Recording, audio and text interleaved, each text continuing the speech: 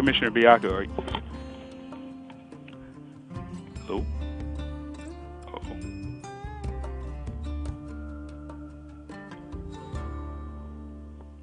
Testing, testing.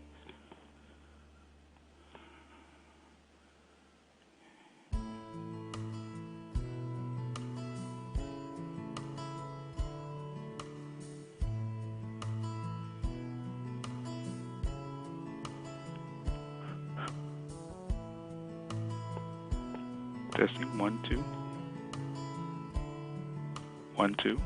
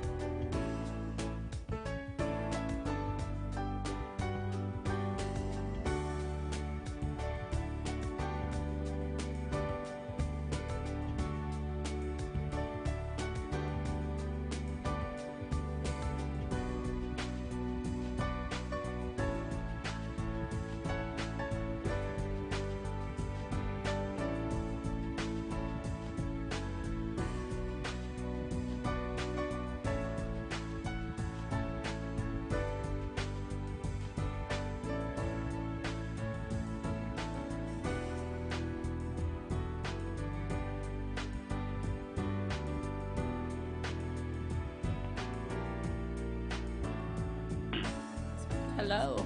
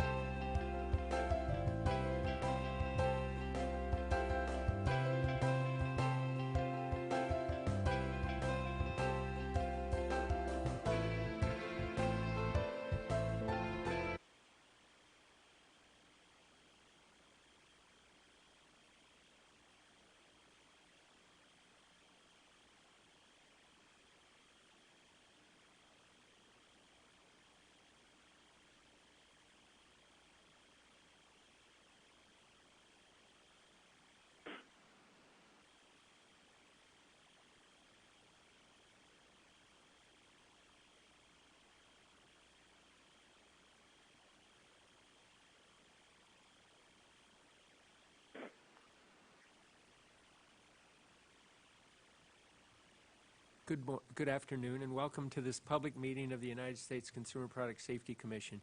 Before we begin, I would like to make doubly certain that we have connected to Commissioner Biacco, who is participating by phone. Are you out there, Commissioner Biacco? I'm out here. Thank you. Thank you so much, and we're delighted to have you here, and we're also delighted to have our colleague, Commissioner Kaye, back. We have one item on the agenda this afternoon, a public briefing on updates recently completed to the age determination guidelines. I'm delighted to welcome Dr. Kalisha Phillips and Jill Hurley from Engineering Sciences Human Factors Division to give today's presentation. The age determination guidelines provide transparency into how CPSC evaluates the characteristics of a consumer product in comparison to the skills, play behaviors, and interests of children in a particular age group when making age grading determinations. And I know it is a massive task that you have. We're also pleased to welcome Dwayne Boniface, who is the Assistant Executive Director of the Commission. Dr. Phillips and Ms. Hurley, thank you for being here this afternoon. You may begin. Thank you for the opportunity to brief you today in the CPSC's age determination guidelines.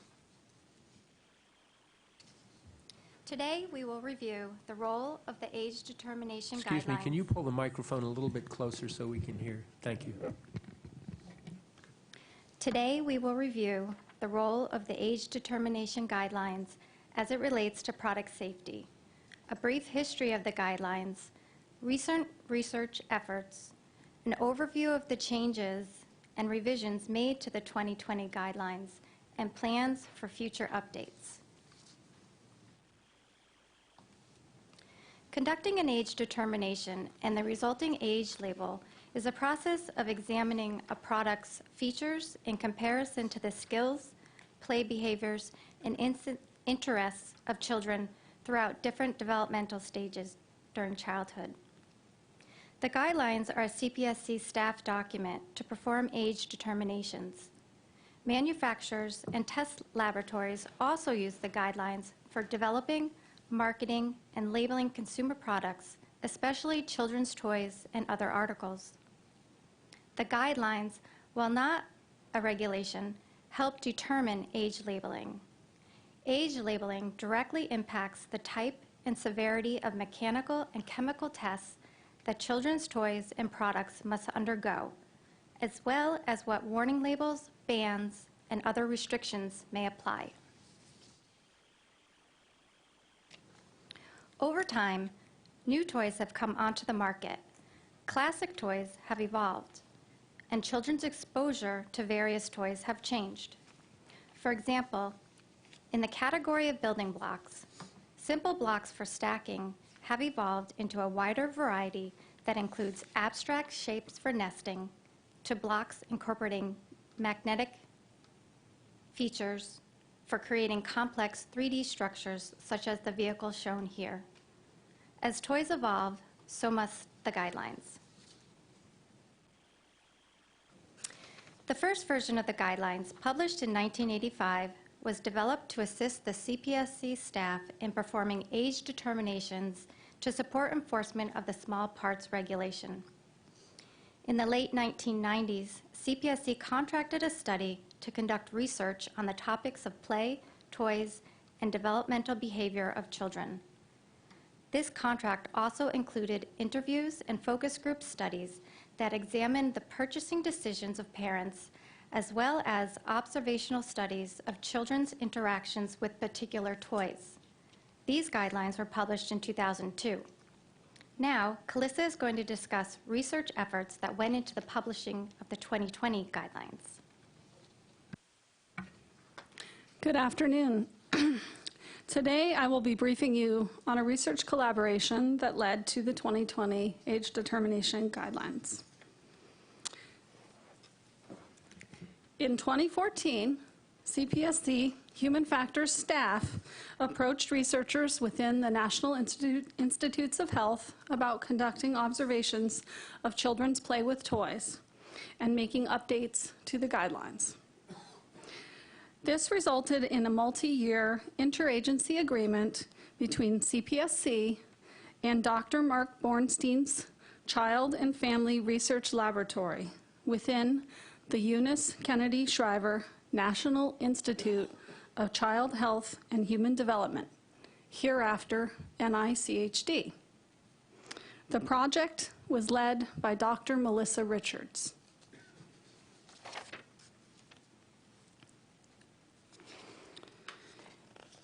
NICHD began by surveying the literature on child development, play, and toys. At the project's outset, CPSC staff provided a list of potential toys and other products to NICHD for consideration in their research study. Independently, NICHD finalized the selection and purchase of 150 products, which were spread out across toy categories and hypothesized age groups. To assess age appropriateness, NICHD recruited and observed children of different ages interacting with the products. Participants were 243 healthy, typically developing children, balanced for gender and ranging in age from 1 to 8 years. Each child participated in 3 short observation sessions. Children were presented with 1 out of 3 randomized products during each session. 1 was hypothesized as age appropriate, 1 was for younger children, and 1 was for older children. Sessions were recorded for later behavioral coding.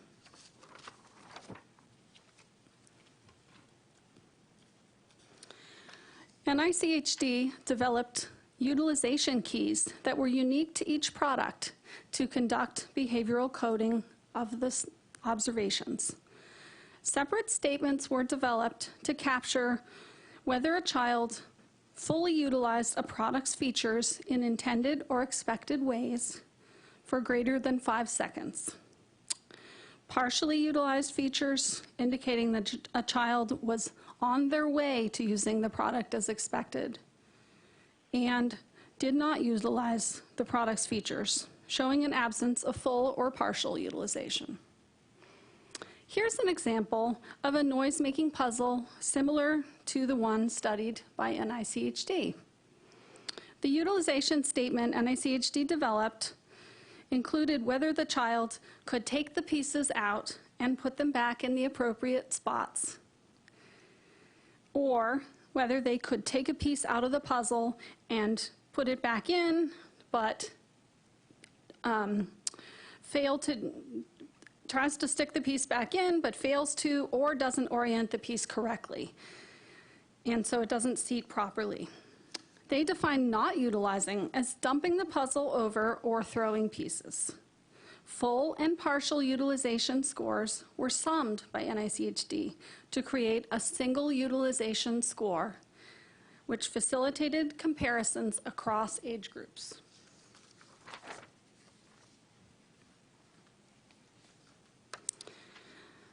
Before starting their data analysis, NICHD established a procedure to compare utilization scores between age groups and arrive at recommended age groups for each of the products. One age group was selected over others whenever it clearly had the highest utilization score. However, if scores were close for 2 age groups, and by that they defined as less than 5 percentage points, NICHD would go with the younger of the 2 age groups. For the puzzle, NICHD identified 36 to 71 months as the age group with the highest utilization score. However, because the score for 19 to 35 months was within 5 percentage points of 36 to 71 months, NICHD selected the younger age group. When making updates to the 2020 guidelines, NICHD addressed this product under puzzles 2 years.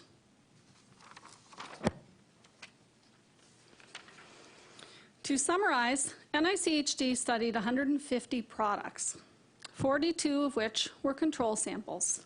One product produced insufficient data for NICHD to recommend an age group.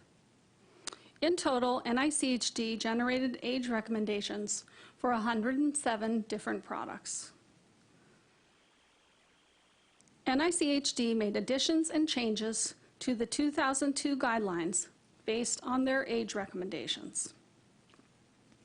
They found that 12 products were already addressed within appropriate age groups in the 2002 guidelines, leaving 95 products to address within the new guidelines. The vast majority of products were new to the market or ones that had not been addressed previously. Few changes have been made to existing content in the 2002 guidelines.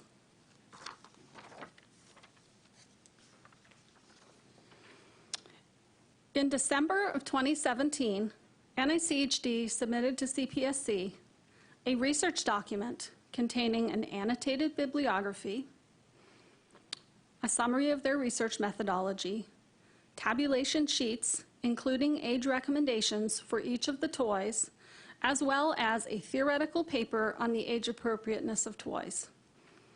And 2, draft age determination guidelines containing proposed additions and changes that reflected their age recommendations.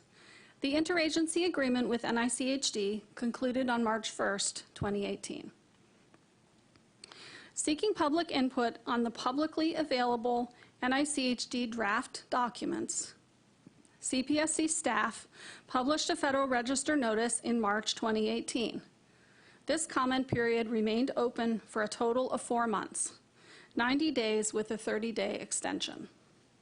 CPSC staff spent the remainder of the project reconciling public comments and finalizing the 2020 guidelines.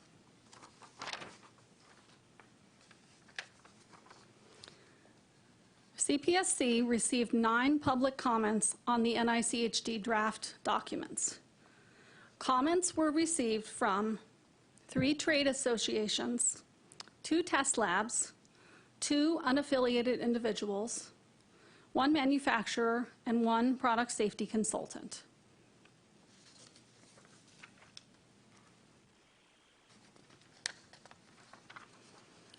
In our approach, CPSC staff aimed to be as responsive as possible to both the general and product-specific comments that were received by the public when finalizing the 2020 guidelines.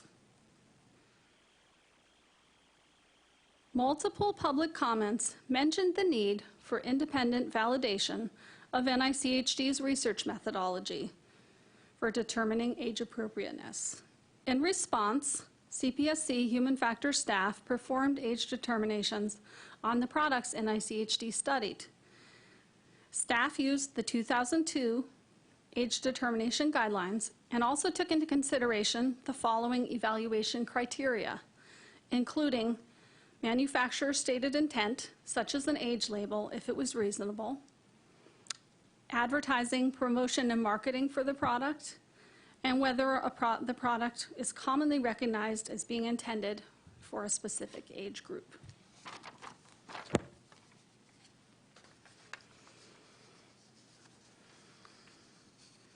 The above pie chart represents the 95 toys and products for which NICHD provided age recommendations. CPSC staff agreed with the NICHD recommended age group for 83 products, which translates to 87% agreement between NICHD and CPSC. However, there were 12 products for which NICHD and CPSC disagreed on the age group. For these 12 products, staff found that the utilization keys did not completely capture the target age range in question.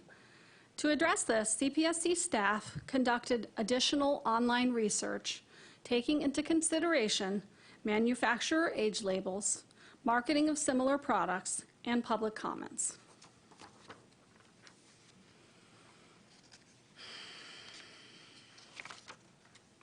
Now I'm going to be speaking about the new 2020 guidelines. I'm going to give you a brief overview.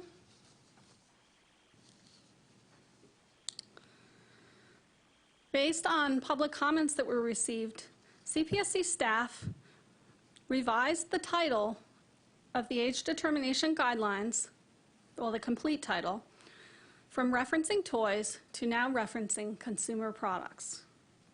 We made this change to acknowledge that the guidelines are not only used for age grading toys, but also for determining an appropriate age group for children's products, as well as of evaluating the appeal of general use products to children.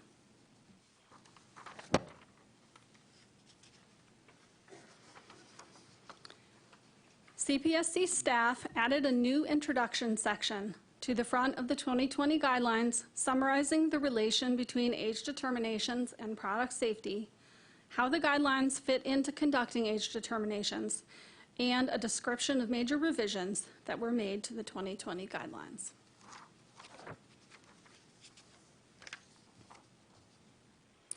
CPSC staff also added a new background section describing the laws and regulations that have been passed since 2002.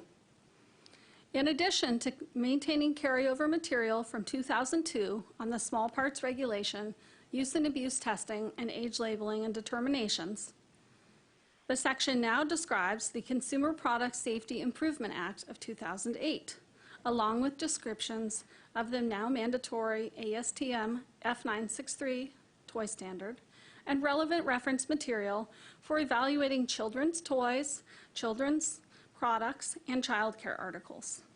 Additionally, staff added pertinent terminology and definitions, along with a reference table to consolidate useful reference information for conducting age determinations.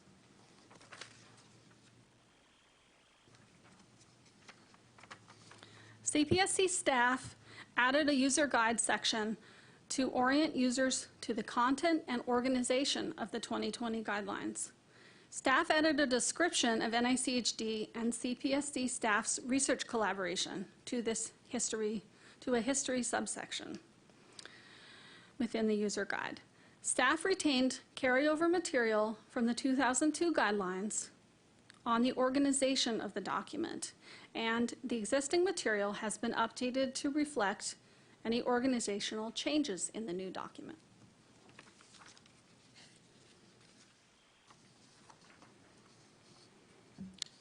For the Children's Basic Abilities and Preferences section, NICHD removed specific product references to keep the focus on child development in various domains, such as cognitive, motor, social, emotional domains.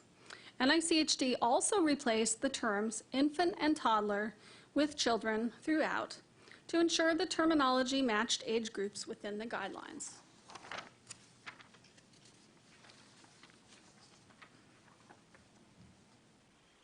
NICHD added a play category called Technology Play, grouping together audiovisual equipment, smart toys, and educational software, and computer and video games subcategories from the 2002 guidelines.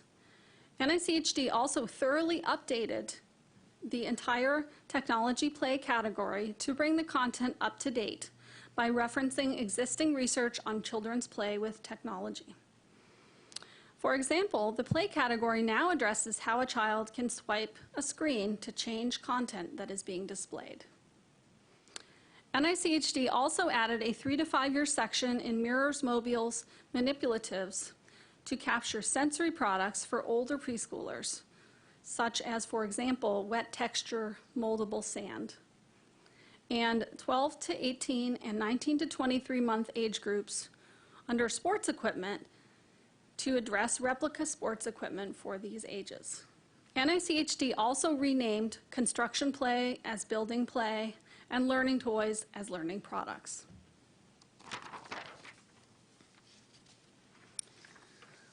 This table displays some examples of products that have been added to the 2020 guidelines. For example, in exploration and practice play, Mirrors Mobile's manipulatives, under 3 to 5 years, bubble guns have been added. Under building play, interlocking building materials, 36 to 71 months, you will now find a number of toys with innovative coupling mechanisms, including internal magnets and suction cups.